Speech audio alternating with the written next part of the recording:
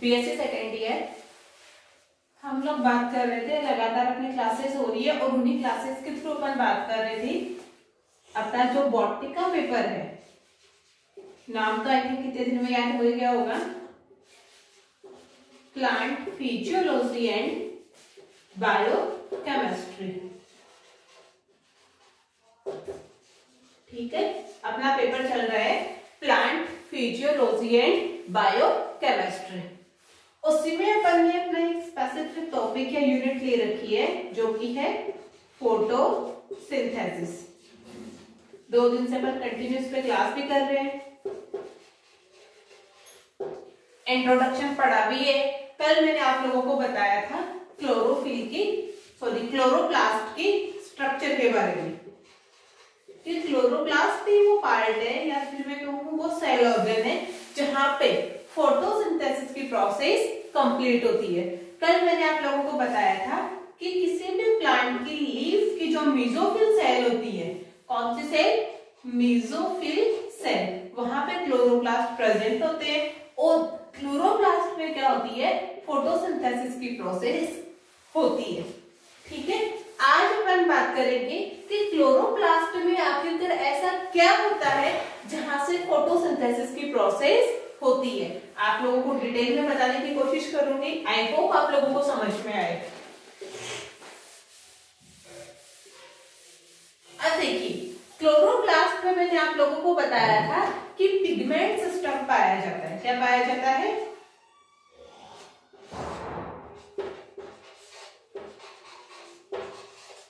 Pigment system पाया जाता है। ये पिगमेंट अलग अलग कलर के होते हैं, अलग अलग टाइप के होते हैं। ठीक है, और इन पिगमेंट सिस्टम की वजह से क्या होता है? फोटोसिंथेसिस की प्रोसेस होती है। तो आइए देखते हैं पिगमेंट सिस्टम क्या है, कौन कौन से हैं एंड पिगमेंट सिस्टम का क्या रोल है। तो मैंने देखा जाए पिगमेंट सिस्टम की बात की जाए तो सिस्टम मींस बहुत सारे यूनिट से मिलकर बनेगा। सिस्टम का मतलब भी क्या है? जहां पे मोर देन 1 यूनिट हो वो मिलकर क्या बनाएंगे? सिस्टम। तो यहाँ पे सबसे मेन कंपोनेंट है वो होता है क्लोरोफिल ए। सेकंड यहाँ पे कंपोनेंट होता है क्लोरोफिल बी। इसके अलावा भी बहुत सारे क्लोरोफिल पाए जाते हैं जो कि अलग अलग प्लांट्स पे डिपेंड करता है। या फिर मैं कहूँ अलग अलग किंगडम पे डिपेंड करता है। जैसे प्रोके कुछ यूनिसेलुलर एल्गाज में अलग होगी, कुछ प्रोटिस्ट में अलग होगी, बैक्टीरिया में अलग होंगे। इसी कैटेगरी में chlorophyll C, chlorophyll D, chlorophyll E, bacteriochlorophyll, ये सब भी पाए जाते हैं। मेन होते हैं क्लोरोफिल ए एंड बी। इन सब का केमिकल फॉर्मूला अलग अलग होता है। ठीक है, इसी के बेसिस पे इनमें डिफरेंस होता है। क्लोरोफिल के अलावा जो पिगमेंट है वो होते हैं कैरेटिनॉइड। क्या होंगे? कैरेटिनॉइड। और एक होते हैं जेंथोफिल। ठीक है, chlorophyll a, chlorophyll b, carotenoid and xanthophyll, या फिर सीरीज उल्टे भी कर सकते हो, जेंथोफिल एंड कैरेटिनॉइड। ये मेनली फोटोसिंथेसिस की प्रोसेस में अपना रोल प्ले करते हैं। जिनमें से जो क्लोरोफिल ए है वो सबसे मेन होता है और इसे बोला जाता है रिएक्शन सेंटर। क्या बोला जाएगा? क्लोरोफिल ए को रिएक्शन सेंटर। और बाकी के ये जो है chlorophyll b, xanthophyll and carotenoids, इनको बोला जाता है एक्सेसरी पिगमेंट। ठीक है, इनको क्या बोला जाएगा? Accessory pigment. एक्सेसरी पिगमेंट के अलावा इनको एक नाम और दिया जाता है, वो नाम होता है इनका एंटीना पिगमेंट। अब इनको एंटीना पिगमेंट क्यों बोला जाता है, इसका रीजन मैं आप लोगों को आगे बताऊंगी जब आगे इससे रिलेटेड बात की जाएगी। अभी बताऊंगी, आपको समझ शायद कम आए, आगे आप लोग सेल्फ अंडरस्टूड हो जाओगे कि जो क्लोरोफिल बी है, कैरोटीनॉइड है एंड जेंथोफिल है, इनको अपन ने एंटीना पिगमेंट का नाम क्यों दिया है। ठीक है, एक बार स्ट्रक्चर के पॉइंट ऑफ व्यू से देख ले तो आई थिंक ज्यादा जल्दी क्लियर हो जाएगा कि किस टाइप से ये अरेंज रहते हैं।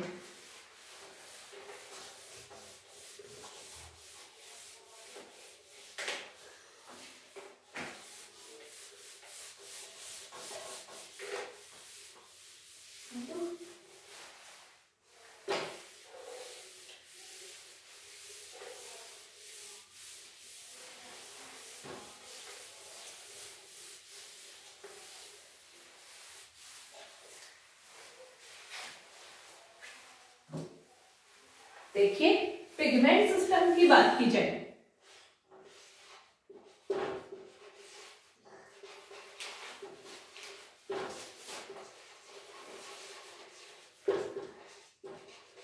अगर पिगमेंट सिस्टम की बात की जाए तो सबसे पहले मैंने आप लोगों को बताया रिएक्शन सेंटर जो कि होता है क्लोरोफिल ए। ठीक है, सबसे पहला क्या है रिएक्शन सेंटर और ये रिएक्शन सेंटर होता है क्लोरोफिल ए। इस रिएक्शन सेंटर के चारों ओर भी क्लोरोफिल के पिगमेंट ही पाए जाते हैं या मैं कहूँ क्लोरोफिल मॉलिक्यूल ही पाए जाते हैं। ये क्लोरोफिल होते हैं बी। ठीक है, सबसे पहले chlorophyll A then chlorophyll B. Chlorophyll B के चारों ओर भी पिगमेंट पाए जाते हैं।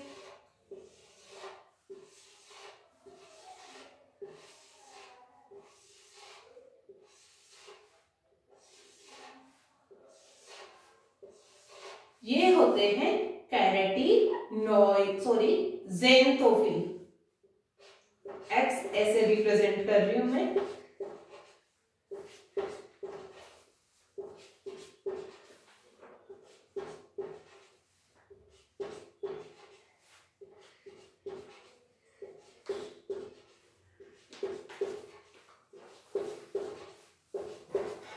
और ज़ेनथोफिल के चारों ओर भी पिगमेंट पाया जाता है।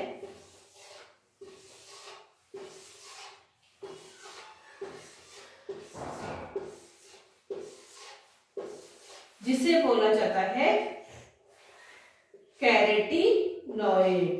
Then C for carotenoid.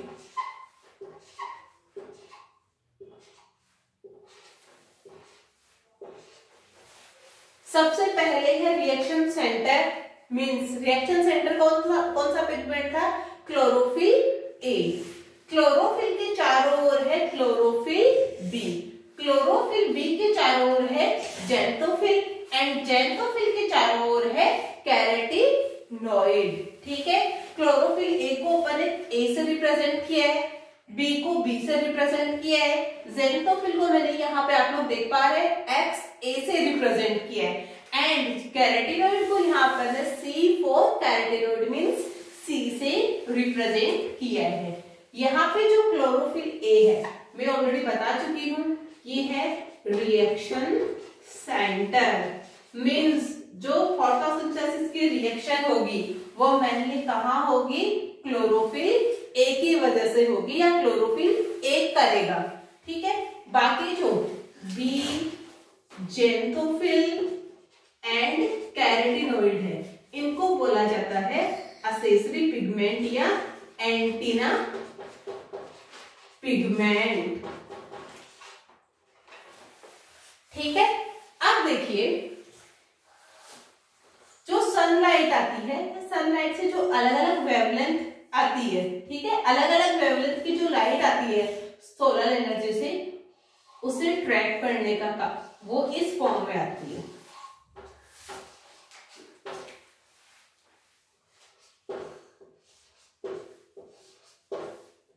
अलग अलग इंटेंसिटी की लाइट आती है, अलग अलग वेवलेंथ की। ठीक है, उस लाइट को कैरोटीनॉइड, ज़ेनथोफिल एंड क्लोरोफिल बी क्या करते हैं? एब्जॉर्ब करते हैं और क्लोरोफिल ए के पास ट्रांसफर कर देते हैं। ठीक है, कैरोटीनॉइड, ज़ेनथोफिल एंड क्लोरोफिल बी क्या करेंगे? लाइट को एब्जॉर्ब करेंगे और क्लोरोफिल ए को ट्रांसफर कर देंगे। यही रीजन है कि जो accessory pigment means chlorophyll b, xanthophyll and carotenoid है, उनको क्या बोला जाता है? एंटीना पिगमेंट, क्योंकि ये एंटीना की तरह काम करते हैं, सिग्नल को कलेक्ट करके आगे ट्रांसफर करने का काम करते हैं, ताकि क्लोरोफिल ए क्या कर सके? फोटोसिंथेसिस की प्रोसेस को कंप्लीट कर सके बिना किसी प्रॉब्लम के। समझ में आया इतना? यहाँ पे मैंने डायग्रामेटिकली रिप्रेजेंट किया है कि पिगमेंट सिस्टम कैसे एक गुच्छे के रूप में रहते हैं और इस पिगमेंट सिस्टम में कैसे पिगमेंट रहते हैं। अब मैं आप लोगों को यहाँ एक चीज और बताना चाहूंगी, जो कैरोटीनॉइड है उनको बोला जाता है शील्ड पिगमेंट।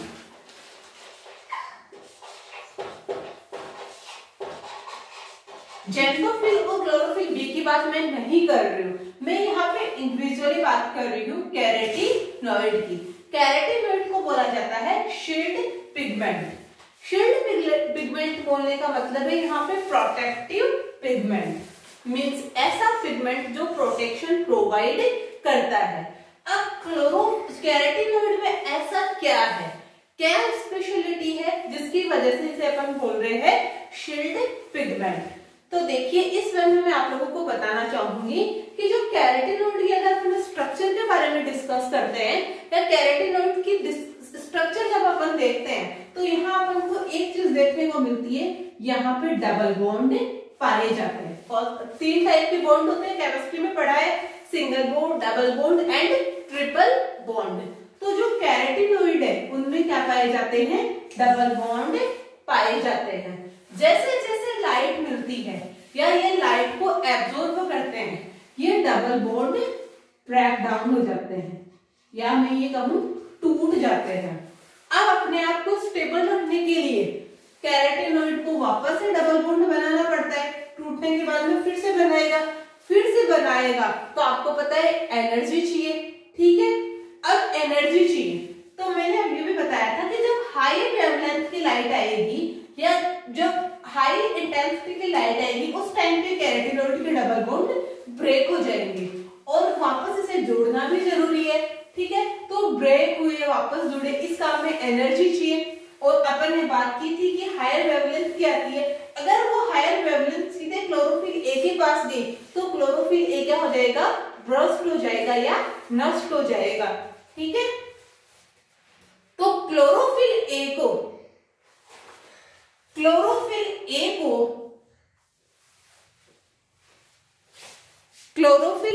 बचाने के लिए क्लोरोफिल ए मॉलिक्यूल को बचाने के लिए क्या किया जाता है? यहाँ पे कैरोटीनॉइड अपना रोल प्ले करते हैं और कैरोटीनॉइड क्या करते हैं? उस लाइट को, हाई एनर्जी वाली लाइट को एब्जॉर्ब कर लेते हैं ताकि वो लाइट लो एनर्जी वाली लाइट में कन्वर्ट हो जाए और क्या हो सके? प्लांट को प्रोटेक्शन मिल सके या फिर मैं ये कहूँ क्लोरोफिल को प्रोटेक्शन मिल सके। यही रीजन है कि कैरोटीनॉइड को क्या बोला जाता है? शील्ड पिगमेंट बोला जाता है। समझ में आया? क्लोरोफिल ए को बोला है रिएक्शन सेंटर, क्योंकि रिएक्शन यहीं पे होती है। Chlorophyll b, xanthophyll and carotene, तीनों को बोला है असेसरी पिगमेंट या फिर एंटीना पिगमेंट। एसेसरी बोलने का मतलब है कि ये क्लोरोफिल ए की सुरक्षा करेंगे, इसको हेल्प प्रोवाइड करेंगे। और एंटीना पिगमेंट बोलने का मतलब है कि ये सनलाइट को एब्जॉर्ब करके आगे ट्रांसमिट करते हैं।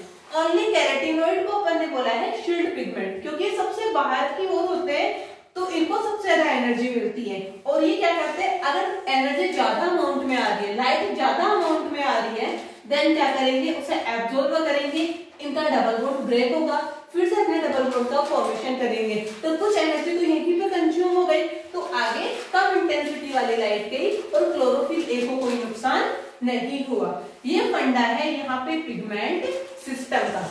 समझ में आया?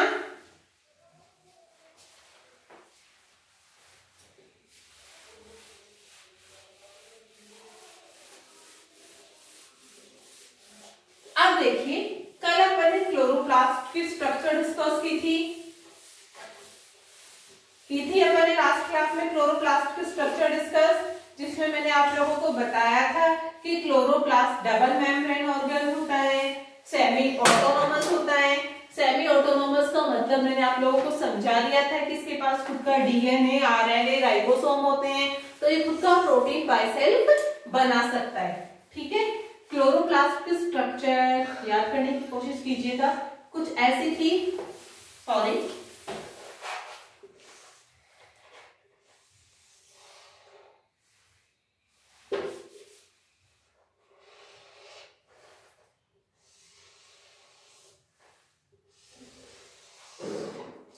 डबल मेम्ब्रेनस है, ये आउटर मेम्ब्रेन, ये इनर मेम्ब्रेन।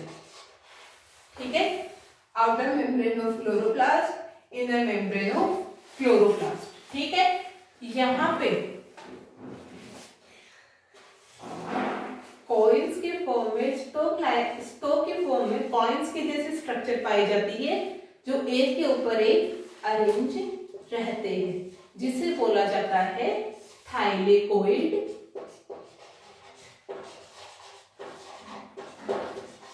और इसे ही बोला जाता है ग्रेना। ठीक है, एक ग्रेना या एक थाइलेकोइड दूसरे थाइलेकोइड से एक मेम्ब्रेन के थ्रू जुड़े हुए रहते हैं या कनेक्ट रहते हैं, इसे बोला जाता है स्ट्रोमा लैमेली।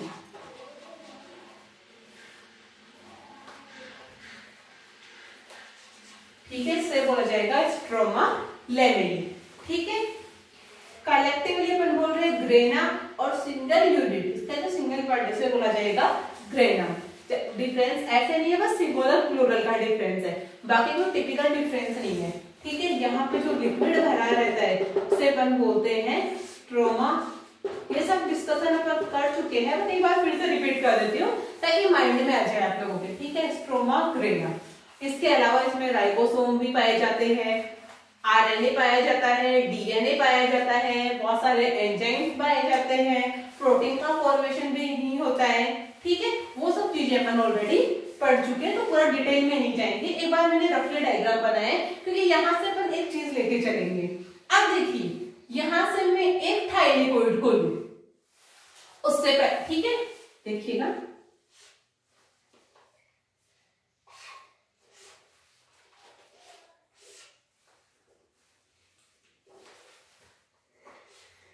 ये हुआ एक थाइलेकोइड।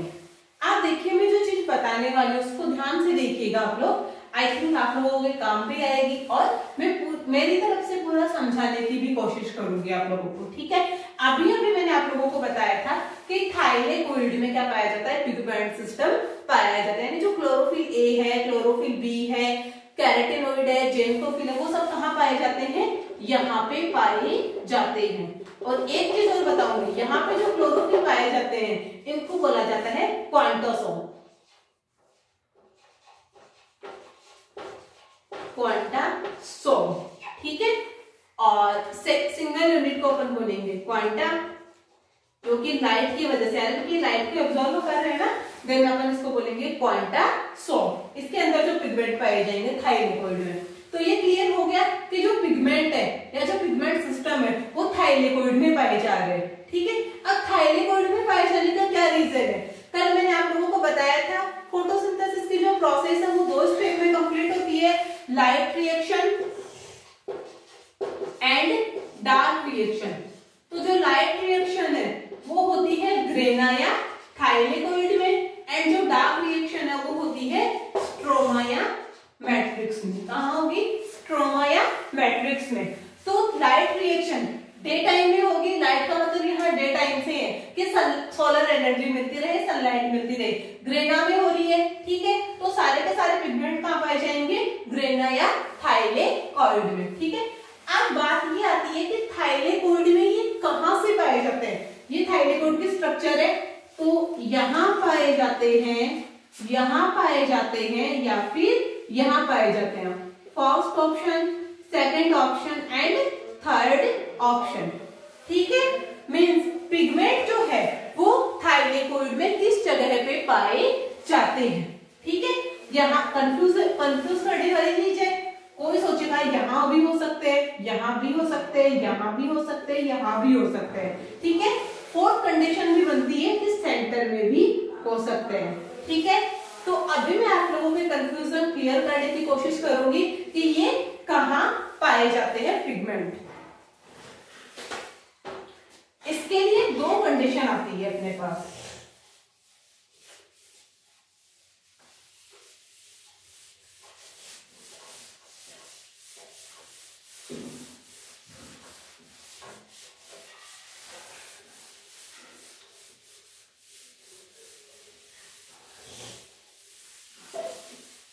इसके लिए अपने पास दो टाइप की कंडीशन आती है।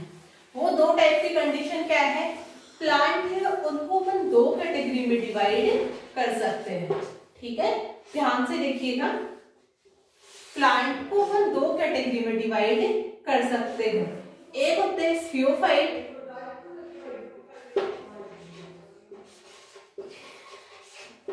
और एक होते हैं हेलियोफाइट।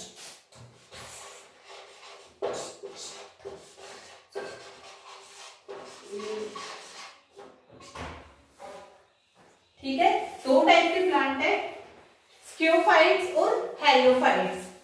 जो स्क्योफाइट है उनका दूसरा नाम है शेड लविंग प्लांट। कौन से? Shade loving plant. Shade loving plant होने का मतलब है ऐसे पौधे या ऐसे प्लांट जिनको छाया अच्छी लगती है, यानी जिनको सनलाइट कम चाहिए और डार्कनेस इनको ज्यादा चाहिए। तो नॉर्मली जो घरों में ऑर्नामेंटल प्लांट लगाए जाते हैं, घरों में जो पौधे लगाए जाते हैं, क्या उनको प्रॉपर सनलाइट मिल पाती है? नहीं। ठीक है, फिर से सुनिएगा। प्लांट दो कैटेगरी के होते हैं, इसमें से एक कैटेगरी है शेड लविंग, जिनको अपन स्क्योफाइट भी स्क्योफाइट बोलते हैं और जनरली इनको बोला जाता है शेड लविंग।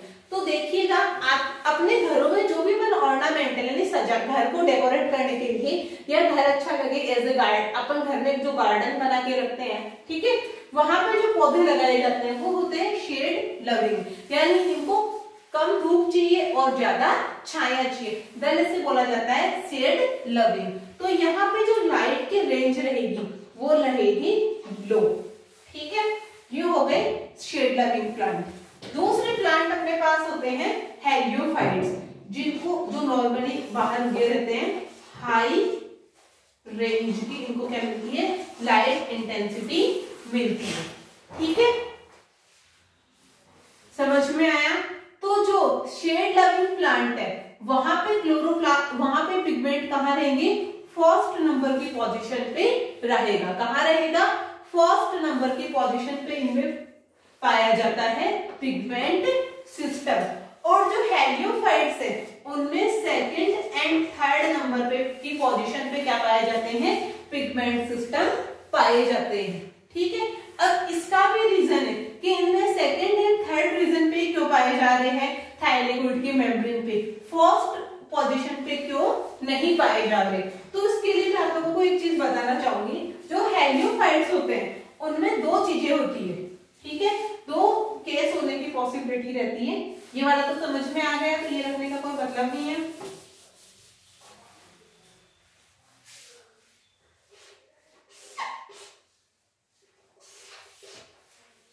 एक होता है फोटो इनहिबिशन और दूसरा होता है फोटो ऑक्सीडेशन।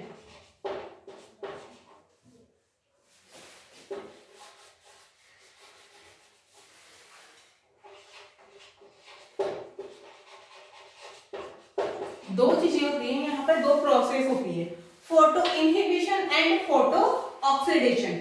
अब मैं बात करती हूँ पहले फोटो ऑक्सीडेशन की। ठीक है, फोटो ऑक्सीडेशन के प्रोसेस में क्या होता है और फोटो इनहिबिशन के प्रोसेस में क्या होता है? फोटो ऑक्सीडेशन के प्रोसेस में जो अपना क्लोरोफिल ए मॉलिक्यूल है वो ब्रस्ट हो जाता है। ठीक है, जिसकी वजह से फोटोसिंथेसिस की प्रोसेस रुक जाती है हाई लाइट की वजह से, या हाई इंटेंसिटी ऑफ लाइट की वजह से। देन यहाँ पे, ठीक है, यहाँ से सनलाइट डायरेक्टली आएगी तो यहाँ पे क्या होंगे? सेकंड और थर्ड पोजीशन पे पाए जाएंगे, ताकि फोटो ऑक्सीडेशन से प्लांट को बचाया जा सके और प्लांट पे प्रॉपर्ली फोटोसिंथेसिस चलता रहे। क्योंकि अगर क्लोरोफिल ब्रस्ट हो गया, क्लोरोफिल सेंटर ऑफ रिएक्शन, ठीक है, तो आगे फोटोसिंथेसिस की प्रोसेस नहीं होगी। दूसरी चीज होती है फोटो इनहिबिशन। ठीक है, फर्स्ट चीज थी अपने पास फोटो ऑक्सीडेशन एंड सेकंड अपने पास क्या है, फोटो इनहिबिशन। तो फोटो इनहिबिशन में क्या होता है, यहां पे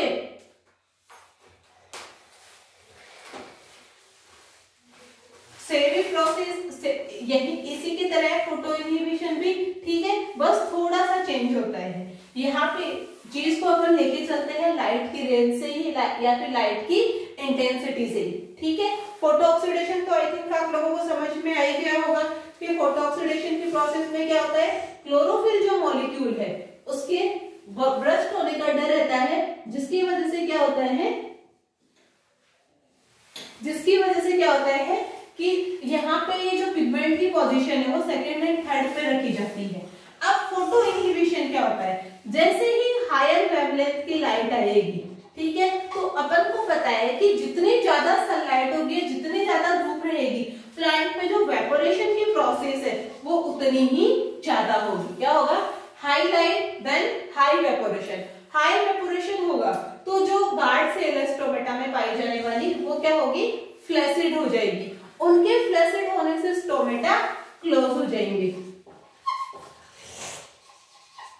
स्टोमेटा क्या हो जाएंगे, क्लोज। ठीक है, स्टोमेटा क्लोज हुए मीन्स क्या होगा, फोटोसिंथेसिस की प्रोसेस रुक जाएगी। ठीक है, ये होता है फोटो इनहिबिशन। तो ये रीजन है कि यहाँ पे सनलाइट को कम अमाउंट में लिया जाता है और इसीलिए क्या किया जाता है, जो पिगमेंट सिस्टम है वो सेकंड एंड थर्ड पोजीशन पे पाए जाते हैं, ताकि ना तो फोटो ऑक्सीडेशन हो ना ही फोटो इनहिबिशन हो और फोटोसिंथेसिस की जो प्रोसेस है वो प्रॉपर वे में चलती रहे। आई होप आप लोगों को समझ में आया होगा photo oxidation and photo inhibition. Photo inhibition में एक बार फिर से रिपीट करूंगी, हाई एयर वेवलेंथ की लाइट होगी जिससे वेपोरेशन ज्यादा होगा। वेपोरेशन ज्यादा होने से जो गार्ड सेल है स्टोमेटा की वो फ्लैसिड हो जाएगी। ठीक है, और गार्ड सेल के फ्लैसिड होने से स्टोमेटा बंद हो जाएंगे।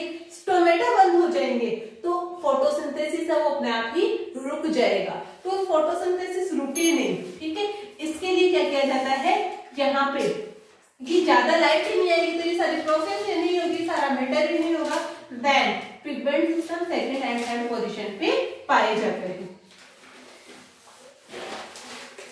अब मैंने एक तीसरी कंडीशन और बताई, अभी भी एक चीज और बोली थी आप लोगों को कि सेंटर में क्यों नहीं पाया जाता है। ठीक है, मैंने क्या बोला आप लोगों को कि जो पिगमेंट सिस्टम है वो सेंटर यानी ल्यूमेन में क्यों नहीं पाया जाता है। पिगमेंट सिस्टम ल्यूमेन में यानी यहाँ क्यों नहीं पाया जाता है, इसका क्या रीजन है। इसका रीजन ये है कि जो मेम्ब्रेन है, ठीक है, यहाँ वाली जो स्ट्रक्चर है ये मेम्ब्रेन है, यहाँ पे क्या होता है, ये गैसेस के लिए ज्यादा परमिएबल होती है। गैसेस का एक्सचेंज यहाँ इजी वे में होता है और आपको पता है फोटोसिंथेसिस की प्रोसेस ये गैसेस का एक्सचेंज है। देन यहाँ सेंटर में ना होके पिगमेंट सिस्टम यहाँ पे मेम्ब्रेन पे पाया जाता है। आई होप आप लोगों को ये पिगमेंट सिस्टम समझ में आया होगा कि थाइलेकोइड में किस टाइप से अरेंज रहते हैं, कौन से पिगमेंट का क्या रोल होता है। फिर भी कुछ समझ में नहीं आए आप लोग क्वेरी कर सकते हैं, फिर से पूछ सकते हैं कमेंट सेक्शन के थ्रू।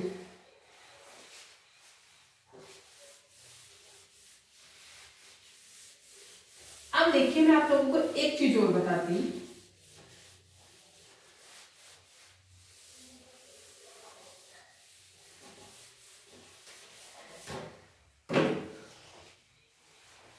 एक साइंटिस्ट थे,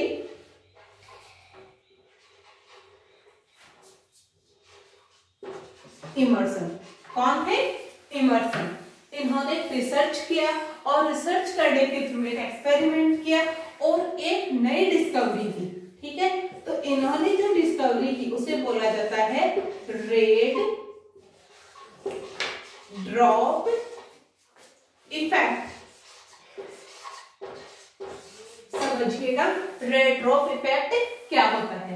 रेड ड्रॉप इफेक्ट में यह होता है मैंने आप लोगों को ये तो बता ही दिया कि अलग अलग इंटेंसिटी की लाइट आती है, अलग अलग वेवलेंथ की लाइट आती है। तो एक वेवलेंथ ऐसी होती है जहां पे अगर उससे ज्यादा वेवलेंथ ली जाए या उससे ज्यादा वेवलेंथ की लाइट अगर ले ली जाए तो फोटोसिंथेसिस की जो रेट है वो अपने आप ही ड्रॉप होने लगती है। ड्रॉप होने का मतलब है नीचे गिरना या फिर कम होना, यानी फोटोसिंथेसिस कम होने लगता है। ये प्रोसेस, ये इफेक्ट क्या कहलाता है? Red drop effect. इस रेड ड्रॉप इफेक्ट की डिस्कवरी किसने की थी? इमर्सन नाम के साइंटिस्ट ने। देखिएगा उन्होंने कैसे की।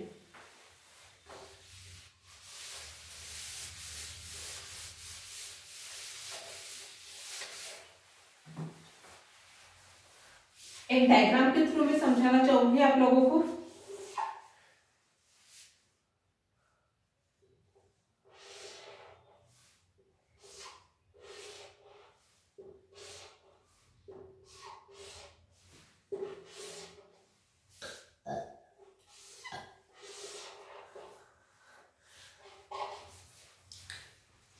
सबसे पहले क्या किया?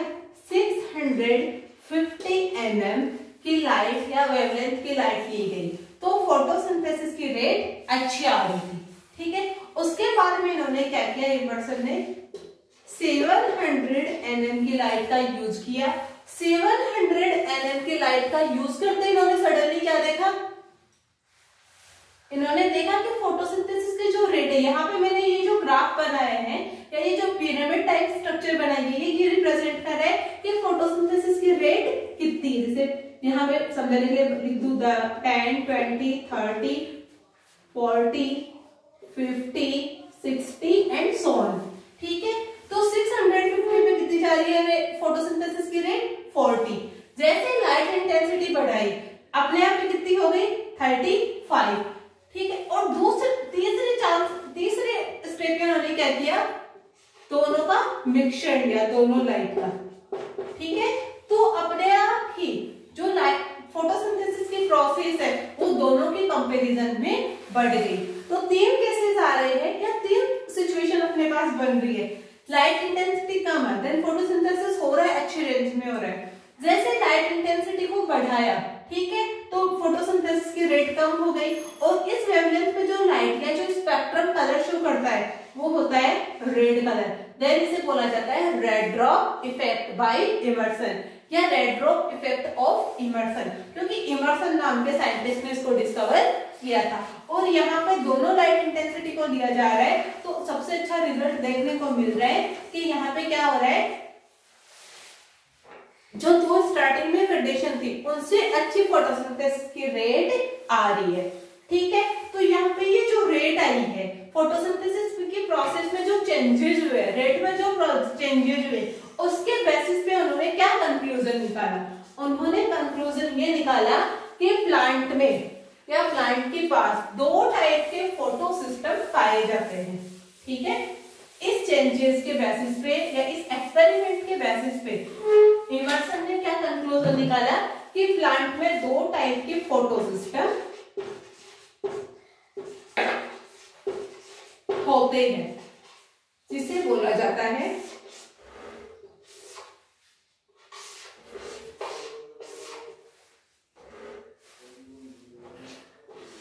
Photo system first and photo system second.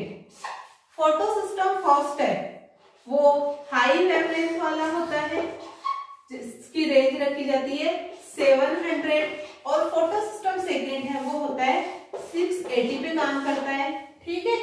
और तो इसे अपन बोलेंगे लो रेंज पे काम कर रहा है। एक बार फिर से सुनिएगा, इमर्सन ने अपनी स्टडी की और अपनी स्टडी से क्या कंक्लूजन निकाला कि अगर जैसे जैसे लाइट की वेवलेंथ में चेंज किया जाता है वैसे वैसे फोटोसिंथेसिस में एक बार आपने देखा सही थी, फिर सडनली कम हो गई, जिसे रेड ड्रॉप इफेक्ट बोला गया, ठीक है। तो इसी वे में क्या देखा गया कि लाइट जैसे जैसे फोटोसिंथेसिस की रेट में चेंज हुआ, उन्होंने कंक्लूजन निकाला कि 2 टाइप के फोटोसिस्टम होते हैं, photosystem first and photosystem second. Photosystem first है वो 700 पे काम करेगा, जिसे अपन बोलेंगे लाइट हार्वेस्टिंग कॉम्प्लेक्स या लाइट सेंटर ऑफ रिएक्शन, और फोटोसिस्टम सेकंड है वो करेगा 680 mm पे काम करेगा। अब ये कैसे काम करते हैं, क्या क्या काम होता है, वो अपन अपने नेक्स्ट क्लास में डिस्कस करेंगे। आई होप ये सब चीजें आपको समझ आई होंगी, आपके कुछ कॉन्सेप्ट भी क्लियर हुए होंगे। बाकी स्टडी पर कल करेंगे। Thank you, bye.